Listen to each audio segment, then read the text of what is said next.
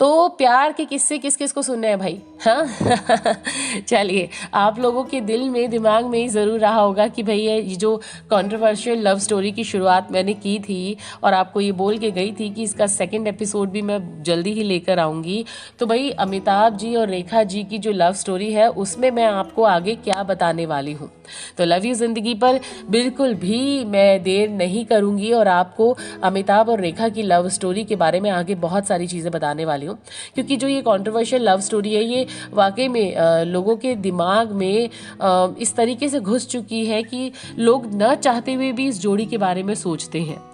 तो चलिए फिर लव यू ज़िंदगी पर हम इस जोड़ी के बारे में और बहुत सारी बातें करेंगे, लेकिन आपसे बस एक छोटी सी रिक्वेस्ट है मेरी कि ये बेल आइकन आप ज़रूर दबाइए अगर आपको हमारे वीडियोज़, हमारी जो ये जानकारियाँ हैं वो पसंद आ रही हैं। कमेंट करके बताइए कि आप और कुछ क्या नया चाहते हैं और कैसा लग रहा है हमारा ये प्रोग्राम। साथ ही साथ लाइक करिए, शेयर करिए। तो भाई अमिताभ बच्चन और रेखा जी, दोस्तों क्या आप जानते हैं कि एक बार जया बच्चन ने रेखा जी को डिनर पे बुलाया था और शायद वही डिनर पे जाना रेखा और अमिताभ बच्चन के ब्रेकअप की वजह बना। एग्जैक्टली 1976 की बात है ये। 1976 में फिल्म दो अनजाने की शूटिंग के वक्त अमिताभ और रेखा बहुत ही करीब आ गए थे। दोनों के प्यार के चर्चे जब जया जी तक पहुंचे तो उन्होंने रेखा को डिनर पर बुलवाया, जिसने सब कुछ बदल कर रख दिया। एक दिन जब अमिताभ शूटिंग के लिए मुंबई से बाहर गए थे तो मौका देखकर जया ने रेखा को डिनर पर इनवाइट किया। जया ने रेखा को फोन किया। हालांकि जया का फोन रिसीव करते समय रेखा सोच रही थी कि कहीं वो उन पर नाराज ना हो या कुछ भला बुरा ना कहे, लेकिन ऐसा कुछ भी नहीं हुआ। जया जी ने रेखा को बहुत ही सादगी से डिनर के लिए रेखा जी को अपने घर बुलवाया और जया का निमंत्रण मिलने के बाद और रेखा जी ने सोचा कि ऐसा ना हो जया उनको घर बुलाकर बेइज्जत करे। ये सब सोचते हुए रेखा जया के घर डिनर पर पहुंची। जया ने रेखा का स्वागत किया, बहुत अच्छे से बात की और ढेर सारी बातें की, और इस बीच अमिताभ का जिक्र कहीं नहीं हुआ। डिनर के बाद जया ने रेखा को अपना घर दिखाया। जब रेखा लौटने लगी तो जया उन्हें बाहर तक छोड़ने भी आई। और दोस्तों यही वो पल था जब सब कुछ बदल गया। जया ने दरवाजे पर रेखा को कहा, चाहे कुछ भी हो जाए मैं अमिताभ को नहीं छोड़ूंगी। और ये बात सुनकर रेखा जी हैरान हो गई। उस दिन के बाद रेखा ने ये फैसला कर लिया था कि कभी भी वो अमिताभ बच्चन से मुलाकात और बात नहीं करेंगी। बट डेस्टिनी बहुत बड़ी चीज़ होती है फ्रेंड्स। हो सकता है कि उनकी ज़िंदगी में फिर से दोबारा से मिलना लिखा था। और अगर हम 1981 की बात करें तो 1981 में यश चोपड़ा ने जया और अमिताभ बच्चन और रेखा जी के रिश्ते को लेकर एक फिल्म सिलसिला बनाई। और इस फिल्म में अमिताभ बच्चन और रेखा आखिरी बार साथ में दिखे थे। तब से अब तक ये दोनों कभी ऑन स्क्रीन साथ में नहीं दिखे। अमिताभ बच्चन और रेखा की जोड़ी सबकी फेवरेट जोड़ी बन गई थी और इस जोड़ी को पर्दे पर एक साथ रोमांस करते हुए देखना लोगों को सबसे ज़्यादा पसंद आता था। और अगर मैं अपनी बात करूं तो मुझे पर्सनली रेखा जी और अमिताभ बच्चन की जोड़ी बहुत बहुत बहुत खूबसूरत लगती थी। लेकिन सिलसिला के बाद ये जोड़ी दर्शकों को कभी भी एक साथ दिखाई नहीं दी और दोनों ने सुहाग, मुकद्दर का सिकंदर और राम बलराम जैसी बहुत सारी फिल्में की थी।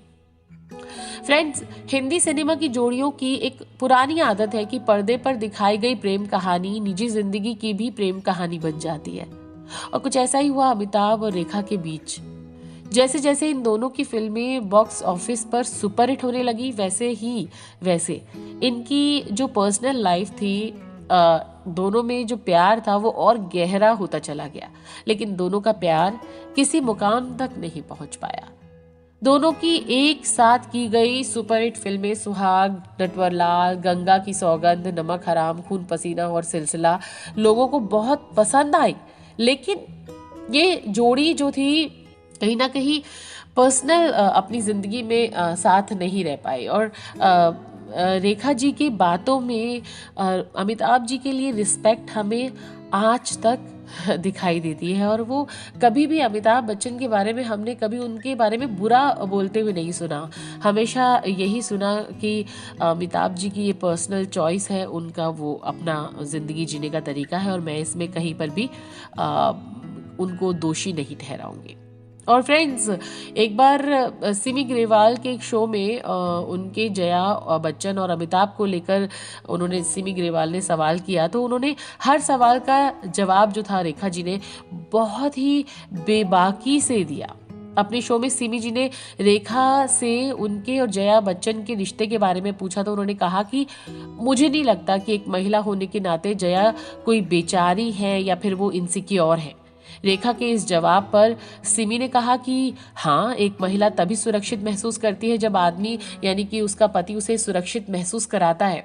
तो इस सवाल से सिमी का इशारा सीधे सीधे अमिताभ और जया के रिश्ते को लेकर था, और इसके जवाब में रेखा जी ने कहा नहीं, ऐसा ज़रूरी नहीं है।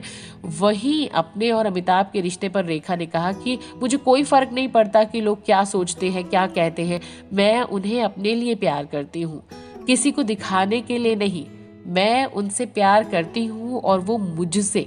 लोग बोलते हैं कि बेचारी रेखा पागल है उस पर, लेकिन मुझे फर्क नहीं पड़ता कि कौन क्या सोचता है।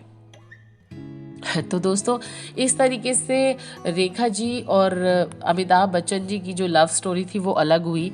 और कहते हैं ना कि प्यार अंधा होता है, और प्यार को ये फ़र्क नहीं पड़ता कि सामने वाला बंदा हमें प्यार करता है या नहीं करता।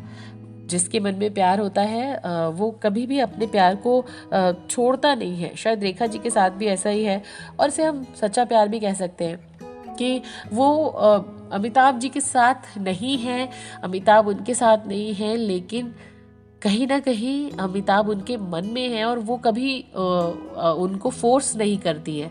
वो कभी भी उनको ये नहीं कहती है कि आप मेरे साथ रहिए, आप अपनी लाइफ, अपनी बीवी बच्चों को छोड़िए। इसी को ही तो प्यार कहते हैं।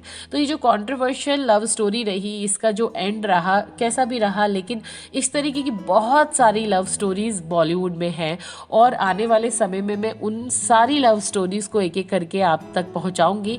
बस आपको लव यू जिंदगी पर हमारा साथ देना है, हमारे साथ रहना है, हमारे चैनल को सब्सक्राइब करना है, शेयर करना है, लाइक करना है, और कमेंट करके हमें बताना है कि आपको ये जो लव यू जिंदगी है इस पर आने वाले किस्से कहानियाँ कैसे लगते हैं।